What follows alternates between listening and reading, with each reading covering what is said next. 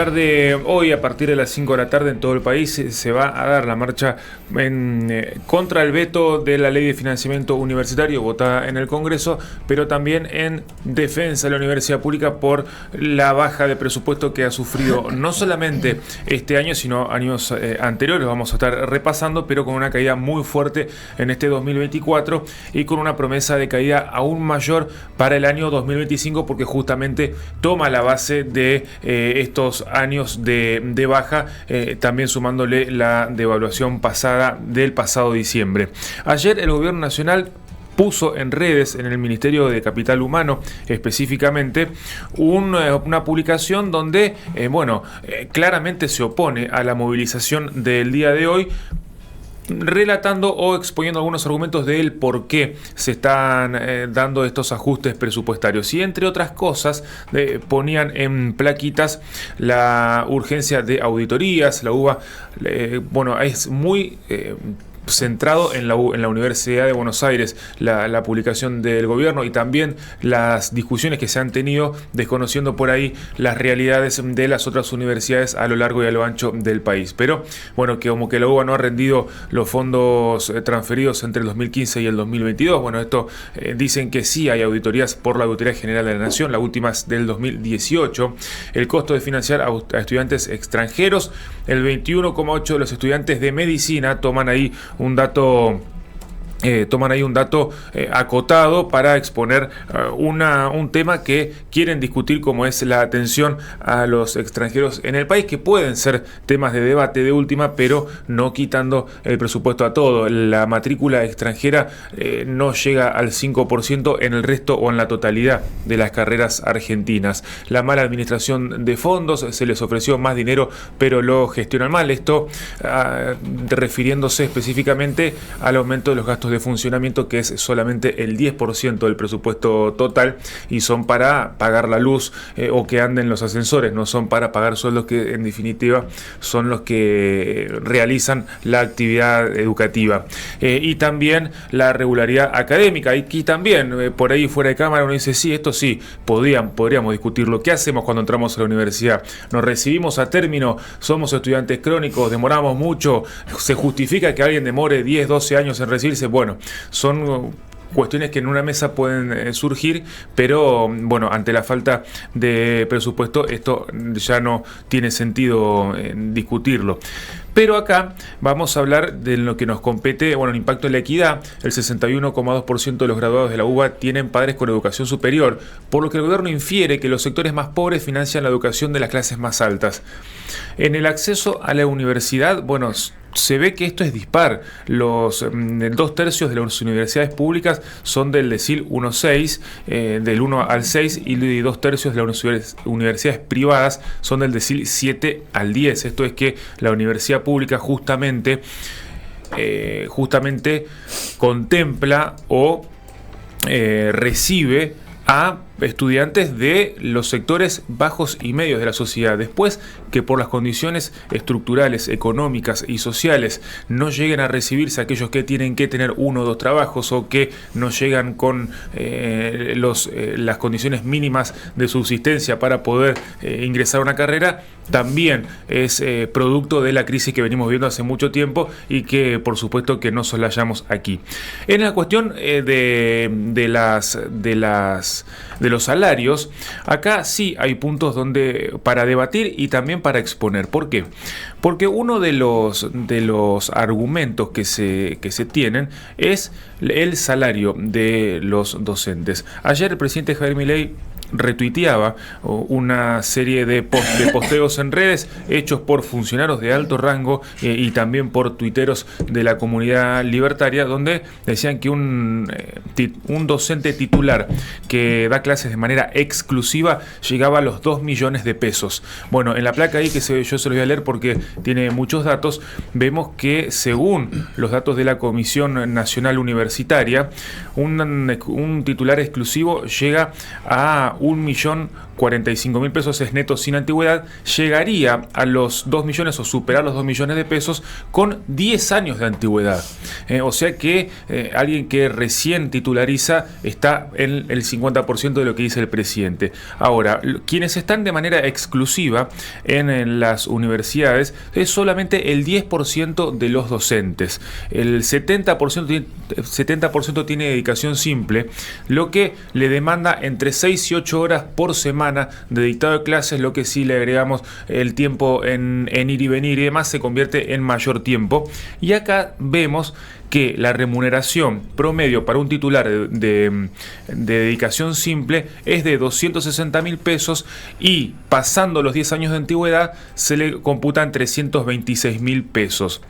Ayer me decían, yo cobro mucho más de antigüedad que de salario básico como docente universitario. ¿Qué sucede con las dedicaciones simples? Uno dice, bueno, hay docentes que tienen más de una dedicación simple, porque tienen 2 o 3 materias. Esto tampoco es así porque muchos de quienes dan clases además forman parte en la carrera de investigador o de becario o de alguna actividad extra en la universidad o tiene otro trabajo se dedica a la docencia como parte de su actividad laboral. Y acá sí nos tenemos que ingresar o ir a la evolución de los salarios y por qué dicen que están perdiendo como están perdiendo en relación a la inflación y al poder adquisitivo.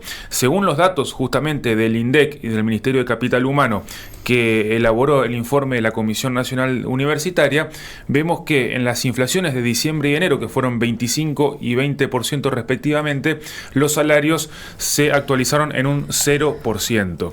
Después, en febrero, con la inflación del 13,2%, los salarios aumentan un 6% y a partir de marzo es que le empiezan a empatar, superar a la inflación. En marzo 12,11, en abril 8,8, en mayo 9 los salarios, 4 la inflación y a partir de junio 4 los salarios, 4 la inflación, julio 8 salarios, 4 inflación. La pérdida histórica, con el rechazo a la última oferta del 6,8%, están casi 70 o más del 70% debajo del índice inflacionario. No es lo mismo que poder adquisitivo, pero con la inflación están 77% abajo de la inflación. Esto es desde diciembre, o sea, con el salario de noviembre a este salario. Lo que pasa es que el gobierno no contempla la inflación de diciembre, que sí fue en parte por algunas medidas de Javier Milei. En la pérdida del poder adquisitivo real promedio están en un 33,33% los salarios de docentes y no docentes universitarios. Si vamos a los no docentes, tenemos que la situación es peor porque muchas veces no son profesionales o no tienen otra actividad profesional a la cual dedicarse. Pero es por aquí que vamos viendo cómo va evolucionando el salario, y cuando vamos al presupuesto anual hay un muchacho que se llama Rodrigo Quiroga, es investigador, es también investigador del CONICET y docente universitario. Nos muestra que si tomamos al 2017 como el 100% en cuanto al presupuesto universitario, vemos que ya a partir del 2019, a caballo también de la crisis y la devaluación del 2018, vemos cómo el presupuesto va bajando 81% respecto al 2017-2019. Entre el 2020 y 2023 se mantuvo y hasta mejoró un poco el presupuesto. No hablamos de salarios, hablamos de presupuesto. Y ya este año, en 2024, estamos en un 64% en relación a ese 2017. Y si se toma el presupuesto devengado con el presupuesto 2025, vemos que estaríamos casi en la mitad, 56% respecto a el 2017.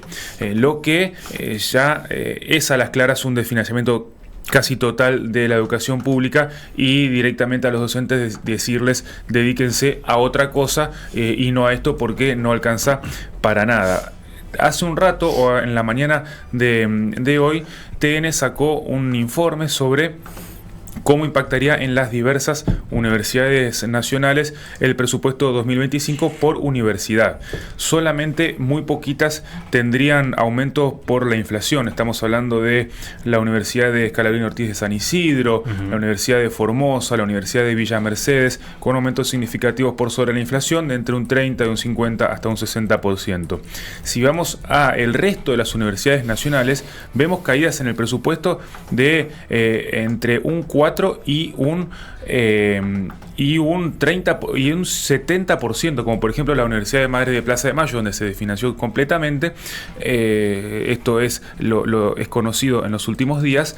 Y en la Universidad Nacional del Litoral vemos que estamos casi 10% por debajo del presupuesto 2024, que ya es menor a ese 100% del 2017, ni hablar al del 2015, que muchos toman como referencia en cuanto al poder adquisitivo.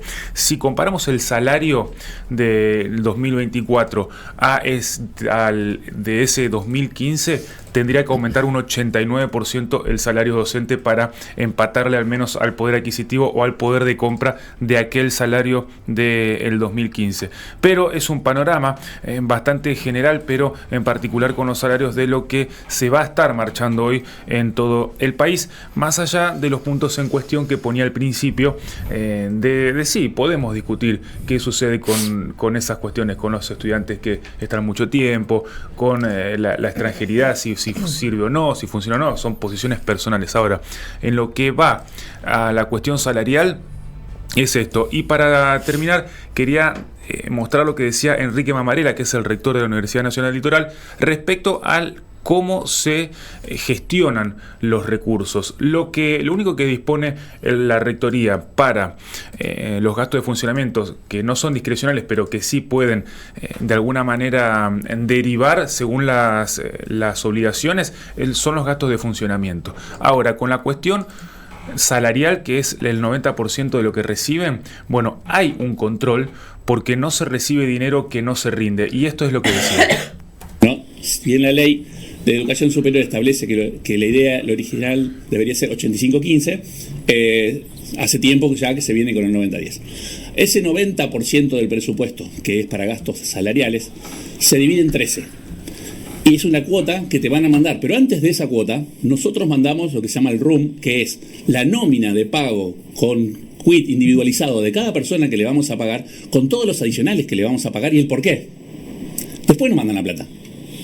O sea, eso es lo que es el salario. ¿Quién cobra de la universidad salario? ¿Quién lo tenemos en cada una de nuestras plantas y demás con nombre y apellido? Lo tienen antes de pagarnos cada mes. Después está el 10%.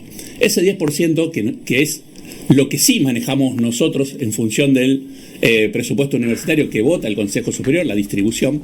Cada 3 meses se manda a Contaduría General de la Nación un informe. Cada 6 meses hacemos la cuenta de inversión, la publicamos. Así es el manejo de los fondos, lo decía acá Enrique Santa Fe hace 2 semanas nada más, Enrique Mamarela. Así es el manejo de los fondos de las universidades nacionales, por lo que no hay alumnos inventados, no se divide el presupuesto por cantidad de alumnos en las universidades, no es así, sino que se tienen en cuenta los gastos justamente para funcionar, salarios y cuestiones edilicias, presupuestarias, la mantención de los hospitales, los que así lo posean, la también inversión en ciencia e investigación que depende de las universidades, que es un laburo muy interesante y que hoy por hoy está siendo vulnerado aún más de lo que venía siendo. Ayer repasamos lo que pasaba con la ciencia, hoy repasamos lo que sucede con las universidades y hoy a partir de las 5 de la tarde esta marcha nacional por la defensa en cuanto a estas... sí. No, iba a decir que el audio de Mamarela evidencia que las auditorías ya existen. Exacto. Que es algo de lo Todas cual existen. Que el gobierno es algo con lo cual apuntala también discursivamente de que no hay auditorías en las instituciones públicas. Y otra cosa del informe que dijiste antes, Guille, me pareció interesante, es que por ahí las universidades más grandes del país alzan la voz en nombre de otras que son muy pequeñas y muy chicas y que ya tienen restringido su funcionamiento incluso desde este año. Hablo particularmente de la cual habité, que es la Universidad Nacional de Entre Ríos, que de hecho... Connie debe saber mejor la historia, pero cuando no tenía sede la UNL la alojó. Claro, es que nació como una casi como una dependencia. Una dependencia la UNL. Bueno, incluso este año ya tiene restricción de presupuesto muy grande que le imposibilita funcionar. Y son universidades pequeñas, periféricas, diría yo, al lado de los monstruos como son la UBA, la UNL, Universidad de Cuyo, no sé, el Noreste, y podemos seguir mencionando. Y solo para tener una referencia, la ley que se va a vetar esta noche le significaba al presupuesto nacional un 0,14%. El veto a los jubilados significaba un 0,44%. Ponele que lo anualizás, no es más de el 1% del presupuesto. Lo que están diciendo que atentaría contra el déficit fiscal. Ahora, para tener una referencia, que esto también es discutible, pero el gasto tributario en Argentina, lo que se deja de recaudar por X motivos, justificado o no, es más del 4%. Del presupuesto argentino. Entonces vemos dónde se le saca y dónde se deja de recaudar. Es la discusión eterna, pero en este caso es con una cuestión sensible como es la formación de profesionales que no tiene que ser rentable, tiene que ser sustentable y tiene que ser con visión a futuro. Sí. No podemos tener una mirada de ingresos y egresos como una planilla de Excel, o al menos en mi posición. Pero es lo que esta tarde vamos a ver qué concurrencia tienen. Somos demasiado pobres para dejar de invertir en educación. Demasiado. Sí.